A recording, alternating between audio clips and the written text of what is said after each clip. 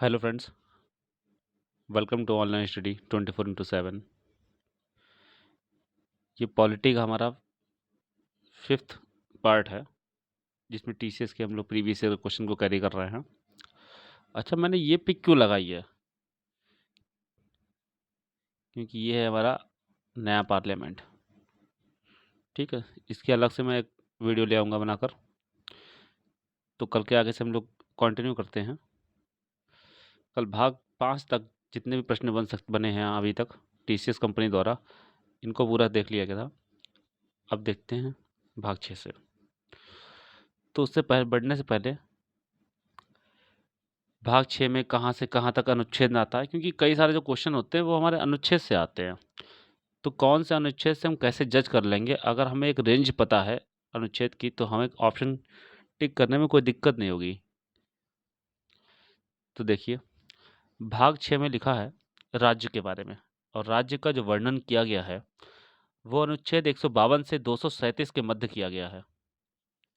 152 से लेकर 237 अनुच्छेद तक किया गया है। भाग 8 संघ राज्य क्षेत्र, इसको डिफाइन किया गया है आर्टिकल 239 से लेकर 242 तक, अनुच्छेद 239 से लेकर 242 तक। भाग 9 पंचायत, अनुच्छेद 243 243।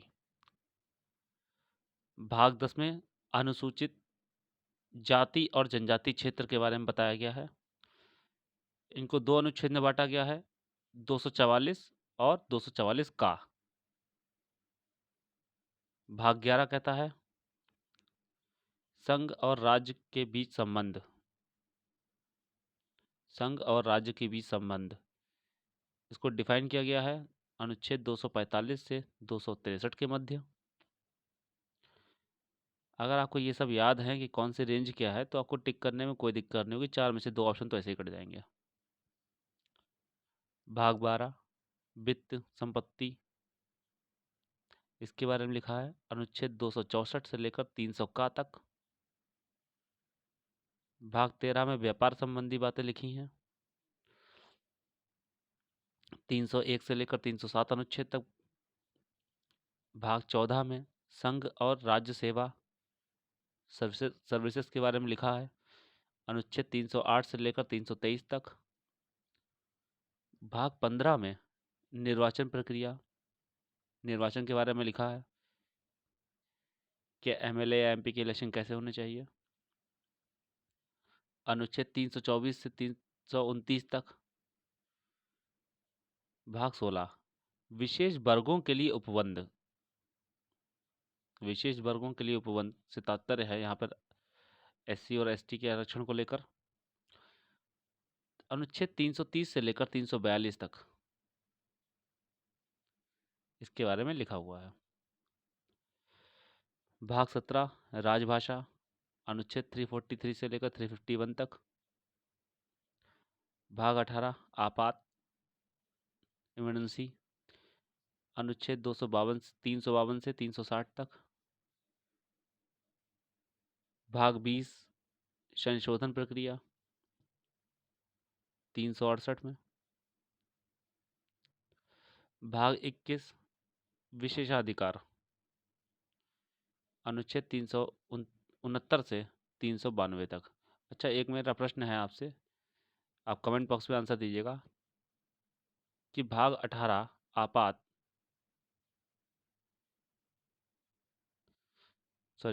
भाग 20 संशोधन कौन से देश से लिया गया है?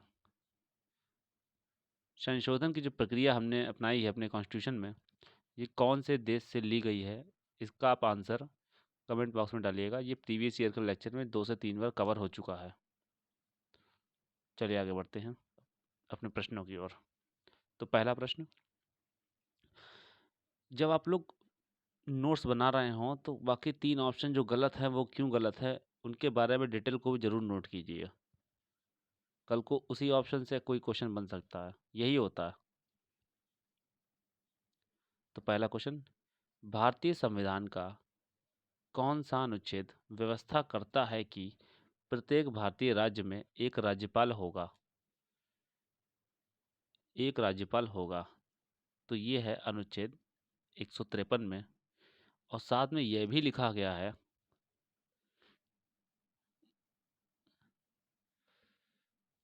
7वें संशोधन में लिख किया गया था ये। 7वें संशोधन में 1956 में लिखा गया था कि एक राज्यपाल दो या दो से अधिक राज्यों का राज्यपाल भी हो सकता है। जैसे कि प्रेजेंट टाइम में आनंदीबेन पटेल यूपी और एमपी दोनों की राज्यपाल का कार्यभार संभाल रही हैं। तो दो या दो से अधिक राज्यों का राज्यपाल के पद का निर्वहन कर सकते हैं। ठीक है। तो ये 7वें संशोधन 1956 के दौरान जोड़ा गया था। अच्छा, जो बाकी 3 ऑप्शन है उनको भी देख लेते हैं। अनुच्छेद 152 कहता है कि राज्य की परिभाषा क्या होगी। डेफिनेशन ऑफ स्टेट, राज्य की परिभाषा के बारे में बताया गया है। अनुच्छेद 151 में ऑडिट की जो रिपोर्ट होती है, दरअसल ये भाग 6 से संबंधित नहीं है, भाग 5 से संबंधित है। ऑडिट की रिपोर्ट के बारे में बताया गया है। 154 में कहा गया है कि राज्य की कार्यपालिका, मतलब जो राज्य कार्य करता है, उसकी शक्ति राज्यपाल में निहित होगी। उसकी शक्ति राज्यपाल में निहित होगी। जैसे कि केंद्र का, जो हमारा केंद्र के जो पावर होती है वो प्रेसिडेंट के पास होती है, वैसे राज्य की जो पावर होती है वो गवर्नर के पास होती है, राज्यपाल के पास होती है। ये लिखा है 154 में अनुच्छेद। नेक्स्ट क्वेश्चन, भारत के संविधान में किस अनुच्छेद में राज्य में विधानसभाओं का गठन का प्रावधान है। विधानसभाओं के गठन का प्रावधान है। तो ये प्रावधान है अनुच्छेद 168 में। लेकिन फिर बाकी में क्या है ये भी देख लीजिए। अनुच्छेद 167 कहता है कि मुख्यमंत्री का कर्तव्य राज्यपाल के प्रति क्या है। राज्यपाल के प्रति, ठीक है, duties of CM towards governor, ये कहता है अनुच्छेद 167। 163 क्या कहता है,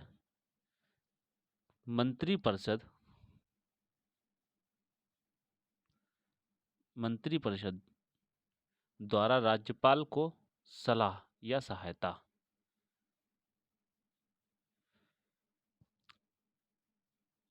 अनुच्छेद 165 कहता है राज्य का महाअधिवक्ता, राज्य का महाअधिवक्ता। अनुच्छेद 165 में। अच्छा, एक इसमें वर्ड का ध्यान दीजिएगा, इसमें लिखा है लेजिस्लेचर, मतलब कि विधानसभा। देखिए, विधानसभा जो होती हैं वो दो प्रकार की होती है, थोड़ी सी डिटेल में समझा देता हूँ साइड में।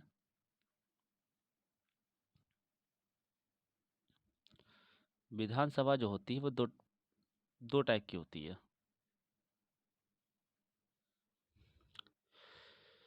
लेजिस्लेचर जो होता है, एक होता है लेजिस्लेटिव असेंबली, एक होती है लेजिस्लेटिव काउंसिल। इसको हम लोग कहते हैं विधानसभा, इसको कहते हैं विधान परिषद। ठीक है। विधानसभा का गठन के लिए कहा गया है अनुच्छेद 170 में, और विधान परिषद का गठन के लिए कहा गया अनुच्छेद 171 में। ठीक है। अब विधान परिषद जो है वो भारत के कुछ ही राज्यों में या केंद्र शासित प्रदेश में है। तो देख लेते हैं कौन कौन से में है, आपको पता होना चाहिए, बहुत ही सवाल बन जाते हैं इससे। तो नंबर 1 यूपी, आंध्र प्रदेश, तेलंगाना, बिहार, महाराष्ट्र, कर्नाटक और जम्मू एंड कश्मीर। तो यहाँ पर विधान परिषद भी है और विधानसभा भी है, और जो बाकी राज्य हैं वहाँ पर सिर्फ और सिर्फ विधानसभा है। ठीक है। तो ये चीज़ का ध्यान रखिएगा कि विधानसभाएं जो होती हैं, लेजिस्लेचर जो होते हैं वो दो टाइप के होते हैं, जिन्हें एक को हम लोग कहते हैं एमएलए, एक होता है एमएलसी। जिसमें इन पांचों राज्यों में जिसके पास भी होगा, यहाँ रहता होगा, सुन रहा होगा, तो एमएलए और एमएलसी का डिफरेंस जानता होगा। ठीक है, अगर थोड़ा सा ही पॉलिटिकल सपोर्ट से रहता है, कहीं दाएं बाएं से इंटरेस्ट है। नेक्स्ट क्वेश्चन को देखते हैं। भारत के संविधान में किस अनुच्छेद में अनुसूचित क्षेत्र और अनुसूचित जनजातियों के प्रशासन और नियंत्रण संबंधी प्रावधान है? ठीक है, तो आप आर्टिकल को ध्यान दे रहे हैं, आप रेंज को ध्यान दीजिए ज़रा एक बार। अगर हम लोग रेंज को ध्यान देंगे तो अनुसूचित जाति और जनजाति क्षेत्र का जो वर्णन है वो अनुच्छेद 244, ये शेड्यूल्ड ट्राइब का जो वर्णन किया गया है वो आर्टिकल 244 और 244 का में किया गया है। अब का के बाद 1 2 भी हो सकते हैं। ठीक है, तो इन अगर आपको हमें भाग याद है कि कौन से क्या है तो ऑप्शन से आपने ये दोनों काट दिए। ठीक है, अब बचा 244 1 और 244 1 और 244 2। 1 में लिखा है कि सभी का नियंत्रण होगा। जो नियंत्रण का जो क्वेश्चन आया है इसका सही आंसर है 244 1। लेकिन इसमें एक एक्सेप्शन है कि असम, मेघालय, त्रिपुरा और मिजोरम को छोड़कर प्रशासन और नियंत्रण के संबंधी प्रावधान होंगे। ये लिखा है 244(1) में। तो सोचने वाली बात है, असम, मेघालय, त्रिपुरा और मिजोरम के जो अनुसूचित क्षेत्र और अनुसूचित जनजातियां हैं इनका प्रशासन कौन संभालेगा? इनका प्रशासन की जो डिटेल लिखी है वो लिखी है अनुच्छेद 244(2) में। बात समझ आ रही है?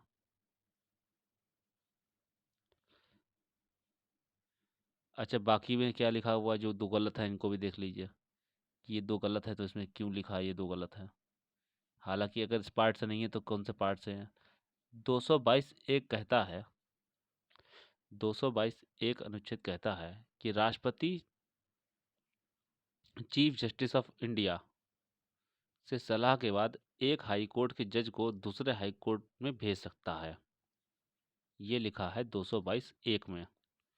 222(2) में लिखा है कि जब जज का ट्रांसफर हो जाएगा तो उसको कंपनसेशन भी दिया जाएगा, सीधी बात है, अलाउंस उसका दिए बढ़ेगा ना। तो ये लिखा है 222(2) में।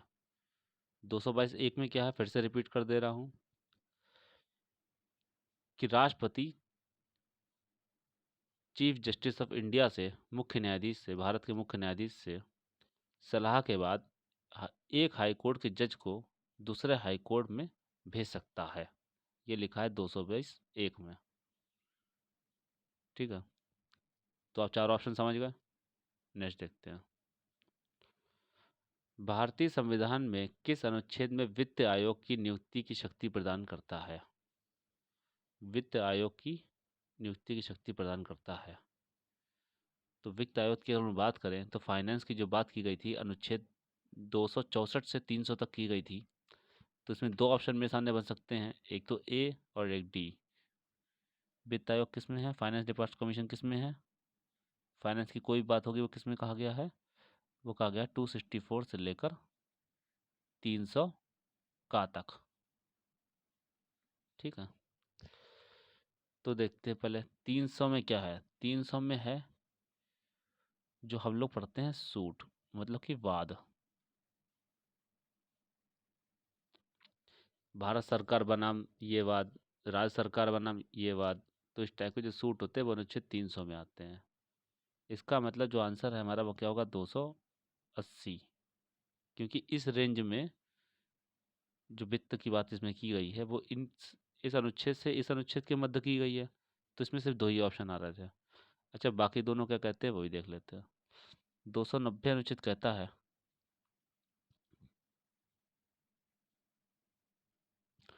290 अनुच्छेद कहता है कि कोर्ट, कमीशन, कोई भी कमीशन बैठक बैठती है, कमीशन का जो खर्चा होता है, एक्सपेंसेस होता है, और उसकी पेंशन होती है, इसके बारे में अनुच्छेद 290 में लिखा गया है। अनुच्छेद 320 जो है सर्विस से जुड़ा हुआ है कि पब्लिक सर्विस कमीशन कैसे कार्य करती है, इसका फंक्शन क्या है। ये लिखा है अनुच्छेद 320 में। पब्लिक सर्विस कमीशन कैसे कार्य करती है? और 280 तो लिखा ही है, वित्त आयोग की नियुक्ति। ये क्वेश्चन का आंसर है। नेक्स्ट क्वेश्चन, भारतीय संविधान में किस अनुच्छेद में चुनाव आयोग को संसद एवं राज्य विधानमंडल के चुनावों के पर्यवेक्षण की शक्ति देता है? पर्यवेक्षण की शक्ति देता है, तो चुनाव आयोग की बात कर रहा है। इसका मतलब हमारा जो भाग होगा वो होगा निर्वाचन। और निर्वाचन किस में आता है? इलेक्शन जो है वो किस में आता है? वो आता है 324 से लेकर 329। अब देखिए 324 से 329 के मध्य मुझे लगता है शायद इसमें एक ही ऑप्शन होगा, वो है 324 स्वयं। ठीक, लेकिन बाकी क्या कहते हैं वो भी देख लेते हैं। 314 आता है पब्लिक सर्विस कमीशन से। ठीक है, 342 और 341 ये आते हैं रिजर्वेशन को लेकर, तो 342 देता है हमको जनजाति का, और ये देता है शेड्यूल कास्ट का। 342 schedule tribe, 341 schedule caste. Next question, देखिए आपने इसमें देखा कि अगर हमें इसकी रेंज पता है तो हम क्वेश्चन को तुरंत सॉल्व कर सकते हैं लगभग। भारत के संविधान में किस अनुच्छेद में लोकसभा में अनुसूचित जाति और अनुसूचित जनजाति के लिए सीटों का आरक्षण प्रावधान है? लोकसभा में कितनी सीटें अनुसूचित जाति और जनजाति की होंगी, ये आरक्षण का प्रावधान दिया गया है, तो उसका अनुच्छेद पूछा गया है। अच्छा, अभी हम लोगों ने रेंज देखी कि 324 से लेकर 329 तक होता है, तो इसमें दो ऑप्शन फंस गए हमारे, एक तो पहला और दूसरा। तो पहला ऑप्शन क्या कहता है? अनुच्छेद 325 मतदाता सूची के बारे में कहता है। मतदाता सूची के बारे में बात करता है। अनुच्छेद 21 कहता है कि पब्लिक सर्विस कमीशन जो होते हैं इनकी शक्तियाँ क्या होती हैं, जिनको कहते हैं लोक सेवा आयोग। लोक सेवा आयोग, पब्लिक सर्विस कमीशन, लोक सेवा आयोग। 330 में लिखा है रिजर्वेशन ऑफ सीट, कि लोकसभा में रिजर्वेशन सीट का आवंटन। अनुच्छेद 335 में लिखा है सरकारी पदों के लिए आरक्षण, गवर्नमेंट जॉब्स के लिए रिजर्वेशन, ये लिखा है अनुच्छेद 335 में। ठीक है ना? नेक्स्ट क्वेश्चन देखते हैं, भारतीय संविधान में किस अनुच्छेद में राष्ट्रपति एंग्लो इंडियन समुदाय के सांसदों को लोकसभा में नामित किया जा सकता है? एंग्लो इंडियन, ठीक है, तो ये है हमारा इसका आंसर अनुच्छेद 331। 331। 326 में क्या है कि 18+ से जो भी ऊपर है उसकी वोटर आईडी होगी, उसे मताधिकार प्राप्त होगा, चाहे वो किसी भी धर्म का हो, किसी भी लिंग का हो, किसी भी नस्ल का हो, किसी भी उसके जन्म या स्थान के बारे में उससे कोई मतलब नहीं होगा, वो उसे मत देने का अधिकार है। एक और बात, ये आयु पहले 21 हुआ करती थी, ये आयु पहले 21 हुआ करती थी, इसको बदला गया था 61वें संविधान संशोधन द्वारा, जो कि हुआ था 1989 में। पहले ये आयु 21 हुआ करती थी, 1989 के बाद ये 18 हो गई।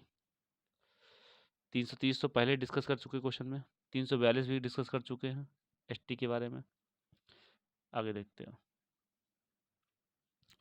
भारत के संविधान में किस अनुच्छेद में सम्मिलन से पिछड़ा वर्ग के लिए राष्ट्रीय आयोग का गठन किया गया? National commission for backward classes, national commission for backward classes, NCBC. Full form आप जरूर आपको पता होना चाहिए। एनसीबीसी, एनसीबीसी होता है, एनसीएससी भी होता है, national commission for scheduled caste. ठीक है, तो देखते हैं इस प्रश्न को। देखिए, इसका सही उत्तर 338 बी, ये है एनसीबीसी के लिए। एनसीबीसी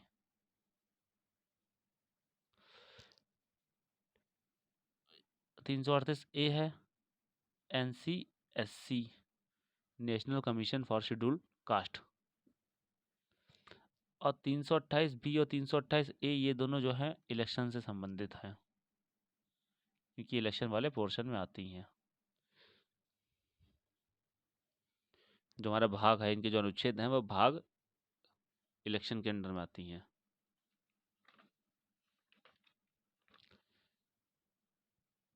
भाग 11, भाग इलेक्शन जो है वो, सॉरी, इलेक्शन वाला जो भाग है वो भाग 15 है। पीछे क्वेश्चन देख चुके हैं 2 बार, इसलिए बार बार रिपीट ना करना पड़े मुझे। लेकिन आप लोग प्रॉपर उसके कायदे के नोट्स बनाइएगा, हर जगह रिपीट कीजिए बार बार, इसलिए रिपीट कर रहा हूँ कि आपको प्रैक्टिस में हो जाए, आपको याद हो जाए।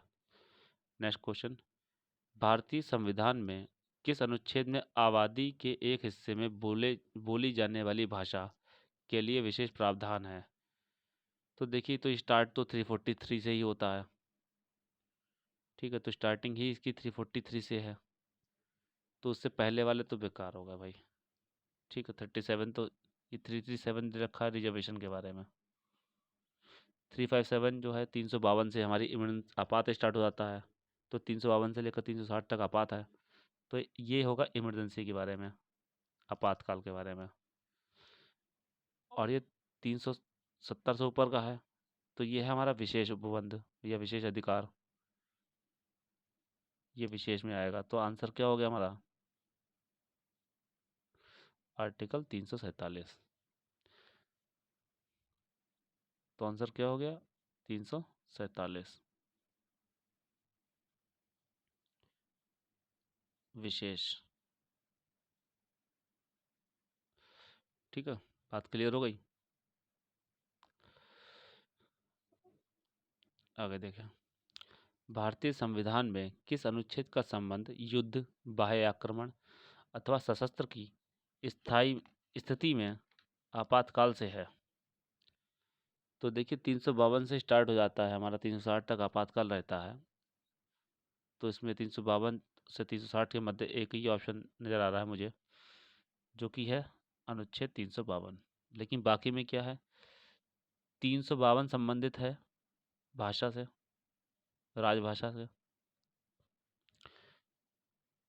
347 अभी पिछले क्वेश्चन में था कि एक आबादी जिसको हम लोग राजभाषा बनाने के लिए ट्राई कर सकते हैं, वो है 347। प्रीवियस क्वेश्चन में ये था। 369 ये कहता है कि किसी वस्तु के क्रय और विक्रय पे जो सरकार को टैक्स मिलता है, सरकार को जो टैक्स मिलता है उसके बारे में प्रावधान है अनुच्छेद 369 में। नेक्स्ट क्वेश्चन, भारतीय संविधान में किस अनुच्छेद में किसी राज्य में राष्ट्रपति शासन लागू किया जा सकता है?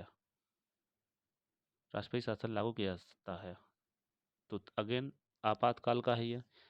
352 से लेकर 360 अनुच्छेद तक होगा, तो 352 तो है नहीं इसमें, तो 360 से कम कौन सा है? Option B, 356।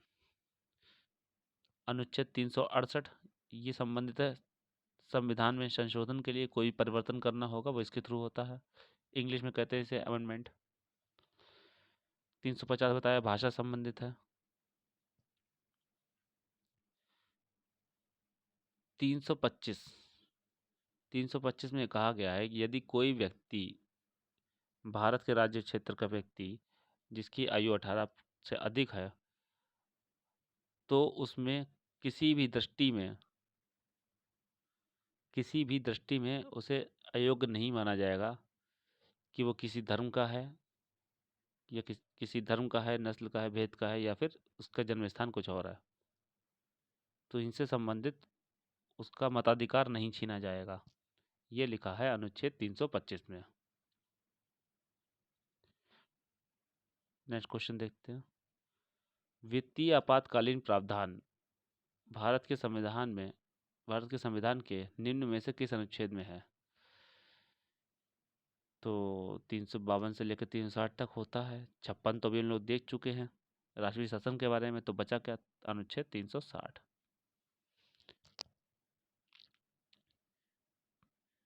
365 में क्या लिखा है? 365 में लिखा है, राज्य केंद्र सरकार द्वारा जारी निर्देश का पालन ना करे तो उस पर राष्ट्रपति शासन लगाया जा सकता है। फिर से बोल दे रहा हूँ, नोट कर लीजिएगा एक बार। राज्य केंद्र सरकार द्वारा